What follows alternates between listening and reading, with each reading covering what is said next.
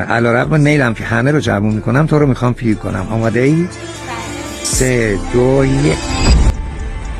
میکرو کپسول 100 برابر قوی تر از بیوممتیک. وقتی اسم بیوممتیک میاد یعنی فرمولی که مثل پوست انسان طراحی شده، اما میکرو کپسول یک نسل جلوتره. توی تکنولوژی بیوممتیک مواد فعال فقط روی سطح پوست اثر میذارن و یه مقداری پایینتر میره، اما در تکنولوژی میکرو کپسول هر ذره از ویتامین C و کلاژن هیدرولیز شده و نیاسینامید و هیالورونیک اسید و کلی ریز مغذی دیگه داخل کپسول‌های میکروسکوپی هوشمند قرار گرفتن که این کپسول فقط با گرمای پوست و pH پوست برخورد میکنن، به آرامی باز میشن و مواد فعالش رو در عمق سلولی پوست آزاد میشن، جایی که پیری، شل شدگی و چروک‌ها از اونجا شروع میشن.